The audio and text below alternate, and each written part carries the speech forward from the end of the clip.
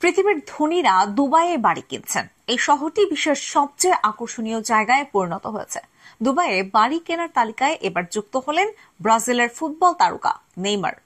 সম্প্রতি দুবাইয়ের বুগাতি রেসিডেন্সে $5.45 লাখ এক পেইন্ট হাউস কিনেছেন নেইমার। প্রতি ডলারের বিনিময় মূল্য 120 টাকা হিসেবে বাংলাদেশি মুদ্রায় এই পেইন্ট হাউসের দাম পড়েছে 654 কোটি টাকা। বুগাতি রেসিডেন্স নামের সেই ভবনে বিলাসবহুল এই অ্যাপার্টমেন্টে সরাসরি গাড়ি নিয়ে যাওয়ার ব্যবস্থা আছে, সেই সঙ্গে আছে সুইমিং পুল। অ্যাপার্টমেন্ট থেকে দুবাই শহরের মনোরম দৃশ্য দেখা যায়। খবর দ্য ন্যাশনালসের। নেইমার জীবনের বড় সময় ইউরোপের লিগে খেলেছেন। স্পেনের বার্সেলোনা ও ফ্রান্সের পিএসজিতে খেলার পর 2023 সালে তিনি সৌদি আরবের আল হিলাল ক্লাবে নাম লেখান। ক্লাবটির সঙ্গে নেইমারের 2 বছরের চুক্তি হয়েছে। দুবাইয়ে এই পেইন্ট হাউস কেনার খবর এমন সময় এলো যখন শোনা যাচ্ছে নেইমার সান্তোস ক্লাবে ফিরে যাচ্ছেন, যদিও নেইমারের এজেন্ট এটাকে গুজব বলে উড়িয়ে দিয়েছেন। বিলাসবহুল এই ভবনে ভূমধ্যসাগরের রিভিয়েরা অঞ্চলের আদলে তৈরি করা হয়েছে কৃত্রিম সৈকত, আছে সুইমিং পুল, ফিটনেস ক্লাব, গাড়ি পার্কিং এর বিলাসবহুল ব্যবস্থা। এছাড়া ব্যক্তিগত পরিবহন সেবা থেকে শুরু করে বিভিন্ন ধরনের ব্যক্তিগত চাহিদা পূরণের ব্যবস্থা থাকবে।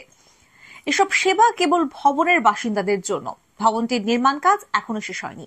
এই নির্মাণ কাজ শেষ হতে আরো 3.5 বছর সময় লাগবে বলে দ্য ন্যাশনালের সংবাদে বলা হয়েছে। দুবাইয়ের আবাসন খাতে বিনিয়োগ প্রতি বছরই বাড়ছে। সংযুক্ত আরব আমিরাতের বিনিয়োগ প্রত্যাশী নীতির কারণে এই পরিস্থিতি সৃষ্টি হয়েছে। দেশটি আবাসন খাতে বিনিয়োগের জন্য অনেকটা দরজা খুলে রেখেছে। দুবাই শহরে বিনিয়োগ করার সক্ষমতা থাকলেই বাড়ি কেনা যায়, টাকা থাকলেই হলো। এর বাইরে আর কিছু খোঁজে না আরব আমিরাতের কর্তৃপক্ষ। সে কারণে দুবাই এখন সাধারণ বহুজাতিক নয়, বরং তা বিদেশিদের শহর হয়ে গেছে।